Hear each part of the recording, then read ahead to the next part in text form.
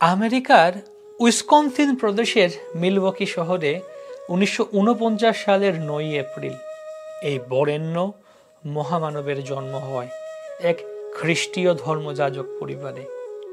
জন্মতিথিটিও ছিল রামনবমীর পরবর্তী পুণ্য কামদা একাদশী তিথি।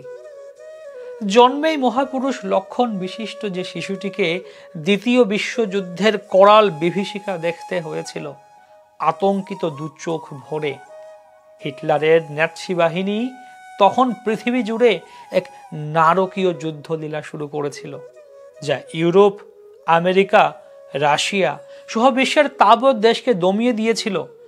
জিজ্ঞাসা উঠেছিল পৃথিবীর কোণে কোণে, তবে কেন এই মানব জীবন?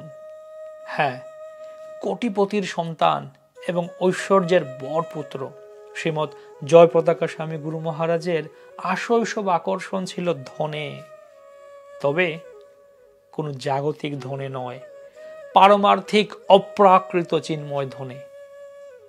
মেধা যার সুতীক্ষ্ণ, তার সহজাত প্রবণতা অবশ্যই দর্শন তত্ত্ব ও অধ্যাত্ম জ্ঞানে। তাই ছেলেবেলাতেই পাশ্চাত্যের যুক্তিবাদী দর্শন শাস্ত্র ও খ্রিস্টীয় বাইবেল গ্রন্থে ছিল তার পরম অনুরাগ। মাত্র 11 বছর বয়সে তিনি আক্রান্ত হয়েছিলেন কঠিন চর্মরোগে। সেই সময় ঈশ্বরের প্রতি অনুরাগ এবং তার পিতামহের উপদেশে ঈশ্বরের নাম জপ করার ঐশ্বর্য মহা বলে তিনি রোগমুক্ত হন। প্রাথমিক শিক্ষা সমাপন করে মেধাবী শ্রীমৎ জয়পতাকা স্বামী গুরু মহারাজ উচ্চশিক্ষা লাভের জন্য ভর্তি হন সেন্ট জনস একাডেমি কলেজে। সেকালে এই কলেজটির নাম ডাক ছিল সারা আমেরিকা জুড়ে। তিনি প্রথম থেকেই তার অস্বাভাবিক মেধার গুণে শিক্ষকদের দৃষ্টি কাড়েন এবং বরাবরই পরীক্ষায় ভালো ফল করেন। স্নাতক পরীক্ষায় সর্বোচ্চ সংখ্যামান অর্জন করে প্রথম স্থান অধিকার করেন। আমেরিকায় কোনো কলেজের ছাত্র যদি বিশেষ ভালো ফল করে তবে তাকে স্নাতকোত্তর উচ্চশিক্ষা জীবনে সহযোগিতা করার জন্য বিভিন্ন বিশ্ববিদ্যালয় থেকে সুযোগ সুবিধা দেয়া হয়, যেমন বিনামূল্যে আবাসিক আশ্রয়, খাদ্য সামগ্রী, বইপত্র এবং আনুষঙ্গিক খরচের জন্য উচ্চহারে ছাত্রবৃত্তি। শ্রীমৎ জয়পতাকা স্বামী গুরু মহারাজ জনস একাডেমির শিক্ষা শেষে বিখ্যাত ব্রাউন বিশ্ববিদ্যালয়ে উচ্চহারে মাসিক সম্মানীয় বৃত্তি সহ ভর্তি হন। কিছুদিন ক্লাস করার পর একদিন ক্লাসে এক অতিথি অধ্যাপকের কাছে ভগবান বুদ্ধের জীবন দর্শন শুনে তার অন্তরাত্মা কেঁদে ওঠে, মন বিরাগী হয়ে উঠল। জাগতিক শিক্ষার প্রতি সমস্ত আকর্ষণই হারিয়ে ফেললেন। মানব মনের ক্ষুধা তখন হয়ে ওঠে অথাত ব্রহ্ম জিজ্ঞাসা। স্বাভাবিকভাবে প্রয়োজন হয়ে পড়ল একজন পথ প্রদর্শক গুরুর, গুরু কৃপাহি কেবলম। ইতিপূর্বে ভারতীয় দর্শন শাস্ত্রের বিভিন্ন গ্রন্থাদি পড়ে তিনি চাক্ষুষ ভারত দর্শনে অভিলাষী ছিলেন।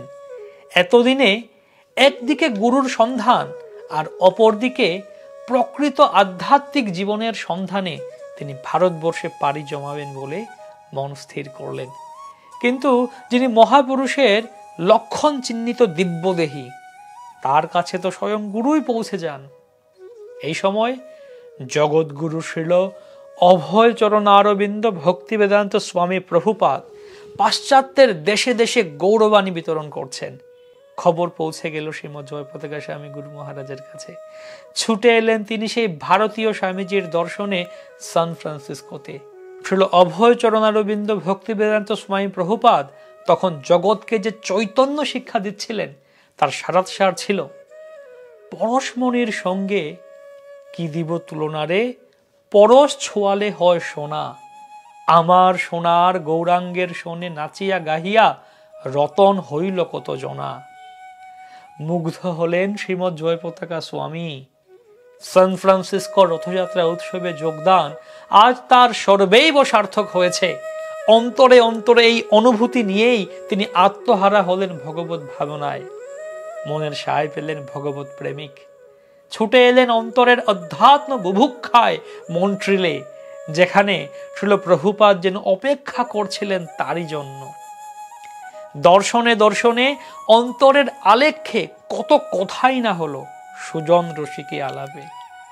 পেলেন দীক্ষা শিল প্রভুপাদের কাছ থেকে 1968 সালে। আশ্চর্য নামকরণ হলো তার জয় পতাকা দাস ব্রহ্মচারী। সুদর্শন জয় পতাকা দাস ব্রহ্মচারী অচিরেই শিল প্রভুপাদের অন্তরঙ্গ পার্ষদ হয়ে ওঠেন। বেশ কিছুদিন প্রভুপাদের সঙ্গের সঙ্গী হন সেবক রূপে। পরবর্তীকালে পূজারীর ভূমিকায় গোবিন্দ সেবায় নিয়োজিত হন।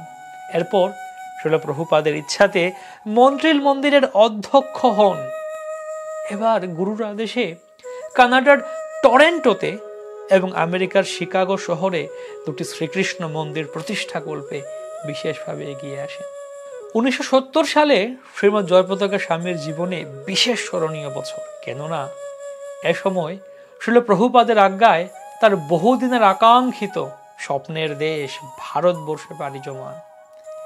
একদিকে শিল প্রভুপাদের আদেশে মায়াপুর বৃন্দাবনে আন্তর্জাতিক কৃষ্ণ ভাবনামৃত সংঘের জন্য প্রয়োজনাদি জমি জায়গার ব্যবস্থা করা, আর অন্য মনে অজস্র কৌতূহল তার জীবনে যেন অনাবিল শান্তির ফল্গু স্রোত বয়ে যাচ্ছে ভারতে পুণ্যধুলিতে পা রেখে।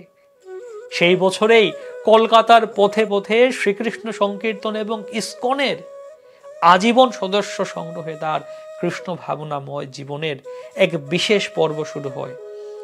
1970 সালের শুভ রাধাষ্টমীর দিন শিল প্রভুপাদের কাছ থেকে সন্ন্যাস দীক্ষা লাভ করে হলেন শ্রীমৎ জয় পতাকা স্বামী গুরু মহারাজ। কলকাতার এসি অ্যালবার্ট রোডের শ্রী শ্রী রাধা গোবিন্দ মন্দিরের অধ্যক্ষতার দায়িত্ব পেয়ে সগৌরবে তিনি একের পর এক বিশাল প্যান্ডেল অনুষ্ঠানের কর্মসূচি হাতে নিয়ে কলকাতায় হরে কৃষ্ণ আন্দোলনের পরম বিজয়তে শ্রীকৃষ্ণ সংকীর্তনম ঘোষণা করেন। সেই সময়ে প্রভুপাদের ভাগবত কথা শুনতে 30 থেকে 35 হাজার দর্শকের সমাবেশ হতো এক একটি সভাতে।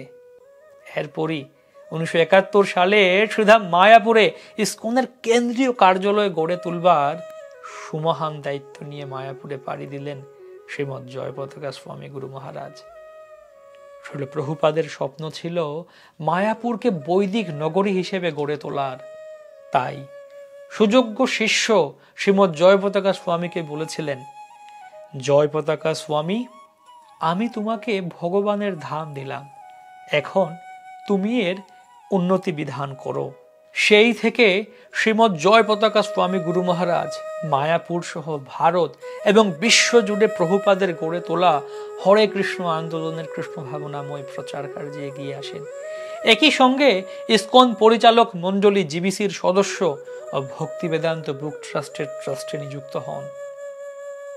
পূর্ব ভারতের বিভিন্ন আঞ্চলিক ভাষায় প্রভুপাদের গ্রন্থ প্রচার কার্যে বিশেষ অবদান রাখেন।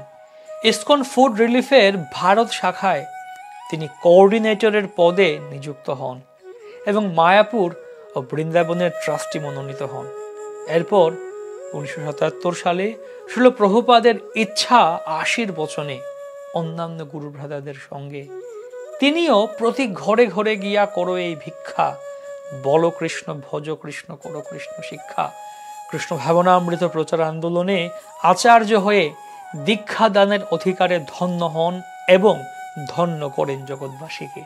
আজ ভারত বাংলাদেশ সহ America, Russia, Britain, France, Denmark প্রভৃতি পৃথিবীর প্রায় দেশেই রয়েছে তার অগণিত ভক্ত ও শিষ্য। 1978 ভয়ঙ্কর বন্যা আর প্লাবনে পশ্চিমবঙ্গের জনজীবনে যখন চরম দুর্গতি, তখন আর্ত মানুষের সাহায্যার্থে এগিয়ে আসেন শিল জয় পতাকা স্বামী গুরু মহারাজ। বন্যা দুর্গত গ্রামবাসীদের কাছে প্রয়োজনীয় আহার্য সামগ্রী নিয়ে পৌঁছে যান প্রত্যন্ত অঞ্চলে। ভারতের মানুষদের প্রতি তার এই নিঃস্বার্থ পরোপকার সেবার কৃতজ্ঞতায় এদেশের কয়েকজন বিচক্ষণ ব্যক্তি তার ভারতীয় নাগরিকত্বের জন্য হাজার হাজার গ্রামবাসীর স্বাক্ষর সম্বলিত আবেদনপত্র পেশ করেন ভারত সরকারের কাছে। ভারত সরকারও তাকে ভারতীয় নাগরিকত্বের স্বীকৃতি দেন। আজ নিরলসভাবে তিনি সারা বিশ্বে হরিনাম প্রচার করছেন। বিশ্বের বিভিন্ন প্রান্তে গড়ে তুলেছেন শ্রীকৃষ্ণ মন্দির। পৃথিবীর বিভিন্ন ভাষায় শিল প্রভুপাদের অপ্রাকৃত কৃষ্ণ গ্রন্থাবলী প্রণয়নে বিশেষ সাড়া জাগিয়ে চলেছেন। বিশ্বের বিভিন্ন পত্র পত্রিকা, রেডিও, টেলিভিশন ইত্যাদি প্রচার মাধ্যমে তিনি আজ বহু প্রশংসিত।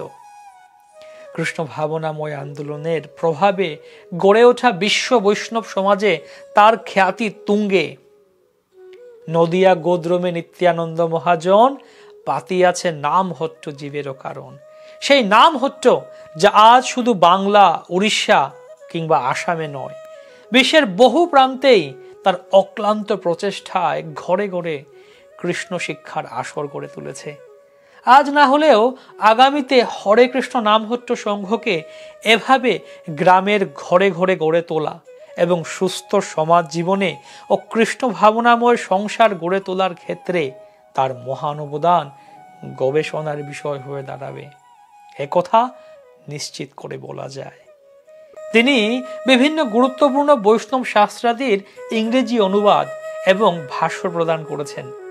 সেগুলি হলো শ্রীল ভক্তি সিদ্ধান্ত সরস্বতী ঠাকুরের বৈষ্ণব কে, শ্রীল প্রভুপাদের বৃন্দাবনে ভজন প্রভৃতি। তার দিব্য ভাবনাময় যাবতীয় ব্রতকর্মের মধ্যে আছে ত্রিতাপ ক্লিষ্ট মানুষের অমৃত জীবনের সন্ধান। তাই ছোট বড় সমস্ত ভক্তের তিনি পরম শ্রদ্ধার পাত্র।